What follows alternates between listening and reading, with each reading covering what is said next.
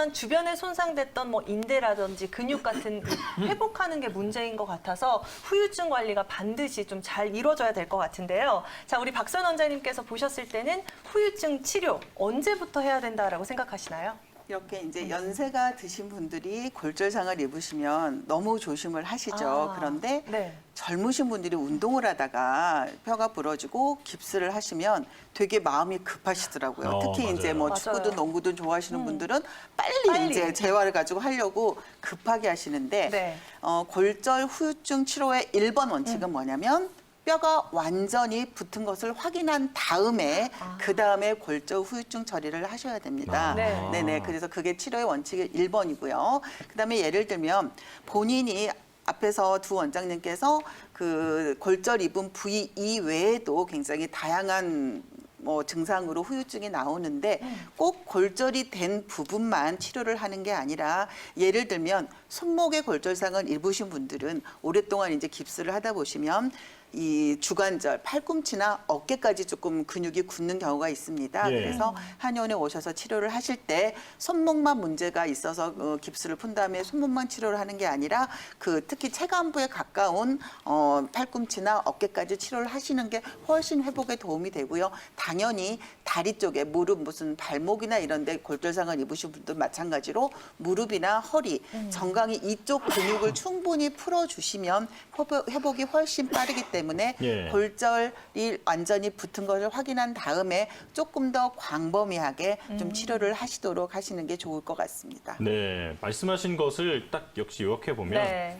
여유를 가져라. 맞아요. 그렇죠. 급하면 안 된다. 네, 이 뼈가 부러졌는데 그 회복이 쉬울 리가 없잖아요. 맞아요. 네, 뼈가 붙는 다음에 그 붙은 것을 확인하고 나서 그다음 연부 조직의 그 회복까지 네. 이제 신경을 쓰는 그런 후유증 관리를 해야 한다 이렇게 말씀해 주셨는데 자 구체적으로 그렇다면 어떤 치료법이 있는지도 소개해 주시죠.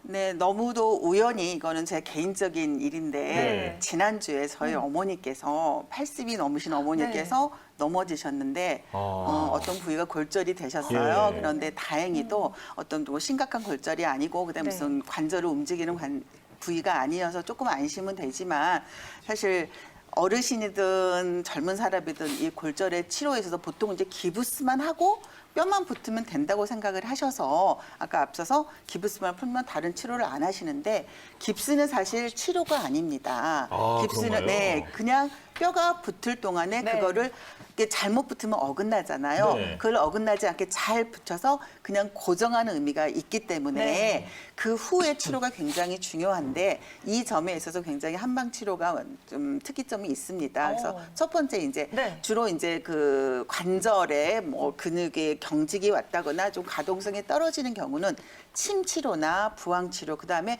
요즘에는 약침이라는 좋은 치료가 있으니까 그 치료를 받게 되면 훨씬 근육이나 관절이나 인대 회복이 빠르기 때문에 네. 침이나 부항, 약침 꼭 이용하시도록 하고요. 그다음에 조금 더 근본적으로 특히 연세가 드신 분 같은 경우는 그냥 넘어지셨을 때 골밀도가 떨어졌다거나 골다공증이 있으신 분들이 골절이 많기 때문에 그런 분들은 뼈와 그 근육을 좀 튼튼하게 해주고 인대 회복을 조금 빠르게 할 수 있는 한약이 좀 도움이 되는 게 많이 있습니다. 그래서 예. 처음에 막 다쳤을 때는 타박상이나 이렇게 골절에 있어서 어혈이라는 게 생기죠. 그래서 어혈이 생기면 많이 붓고 아프기 때문에 골절 초기에는 어혈을 없애주는 한약을 쓰시고 네. 그다음에 기부스를 충분히 하셔서 이제 골절이 완전히 붙은 거를 확인한 다음에는 어떤 강근골 약재가 들어가 있는 뼈와 근육과 인대를 튼튼하게 해주는 약의 도움을 받으실 수가 있으니까 이때는 조금 더 적극적으로 한약의 도움을 받으시면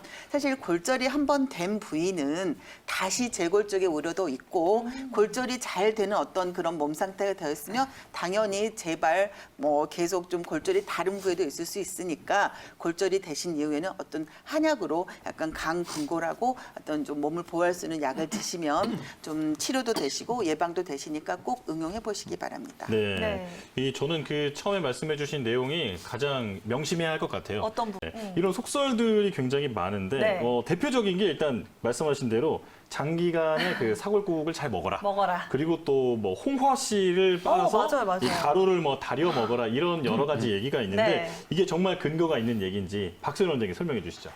네, 당연히 많이들 드시죠. 네. 그런데 조금 좀 주의를 하셔서 드릴 거로 제가 좀 말씀을 드릴 건데 음. 일단 뼈가 부러졌다. 네. 뼈가 잘 붙게 하는 영양소는 제일 먼저 생각하는 게 칼슘. 네. 그다음에 단백질, 아. 그다음에 비타민 D가 있습니다. 아. 그래서 보통 생각할 때 이 사골 국물에 칼슘이 굉장히 많을 거라고 착각들을 하시는데 네. 의외로 사골 국물 안에는 들어있는 칼슘량은 거의 물, 미네랄 워러와 아. 거의 비슷한 양이 들어있고 오히려 우유에는 사골국에 들어있는 칼슘량의 10배, 아, 그다음에 예. 치즈는 우유의 5배. 그러니까 사골 국물에 50배가 있는 그렇네요. 거죠.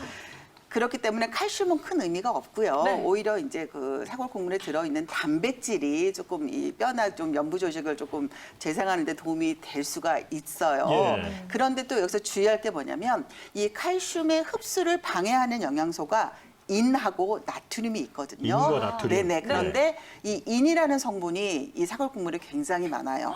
그렇기 때문에 오히려 과하게 드시다 보면 오히려 칼슘의 흡수를 방해할 수 있으니까 너무 많은 양을 장기간 드시는 거는 특히 조심을 하셔야 되고요. 조금 전에 인과 나트륨이라고 얘기를 했잖아요. 네. 나트륨은 뭐예요? 소금이잖아요. 그래서 이 사골 국물에 나트륨, 소금을 많이 뿌려서 먹는 행위는 절대로 아. 뼈가 부러진 환자는 하시면 안 되는 행동이세요. 네. 그렇기 때문에 혹시 뼈가 부러져서 단백질 흡수를 위해서 사골 국물을 드실 분들은 소금기가 없이 그냥 후추나 약간 이런 걸로 좀 드셔야 되고요. 네. 그거 좀 명심하셔야 되고 네. 그다음에 아까 홍아 씨 말씀하셨는데 네. 홍아 씨는 칼슘이 많아서 한약재에서 쓰립니다. 아, 네. 하지만 어떤 C 성분이 들어있는 어떤 한약재는 좀 설사를 유발할 수가 있기 때문에 네. 이거는 반드시 한의사와 좀 상의를 하셔서 좀 도움이 골절에 도움이 되는 한약을 드실 때 거기에 호가 씨를 좀 첨가해서 드시는 걸로 조금 정리를 하시면 좋을 것 같고요. 네. 그다음에 이제 두 번째 비타민 D 얘기를 했잖아요. 네. 비타민 D는 오히려 많은 음식이 생선이에요. 아. 생선 특히 네. 등푸른 생선이나 연어 같은 생선에 많고 그다음에 이제 그 채소에도 많아요. 채소. 그렇기 때문에 일단 저염식의 채소를 생선과 같이 드시는 것도 중요하고 그다음에 또 비타민 D를 합성하려면 뭐가 중요하죠?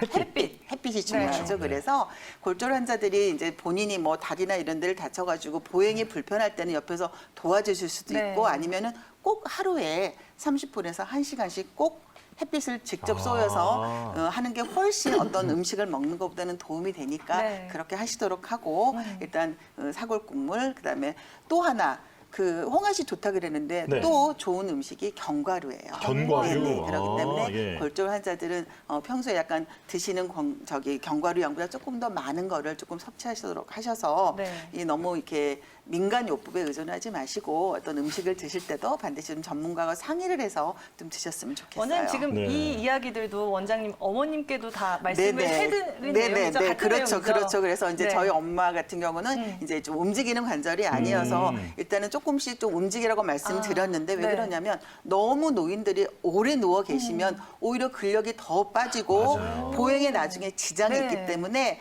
이 적절한 무리가 되지 않는 범위 안에서 꼭 운동을 하라고 일단 엄마한테 말씀드렸고 방송으로도 지금 보고 계실 거니까 네. 꼭 그렇게 어떻게 좀 쾌유하라고 말씀드려야 되는 거 아닌가요? 엄마 멀리 있어서 제가 열심히 적극적으로 치료는 못하지만 네. 매일매일 통화하면서 제가 어드바이스 해드리고 또 필요한 부분은 한약으로 보충을 해드릴 테니까 화이팅 하시기 바랍니다.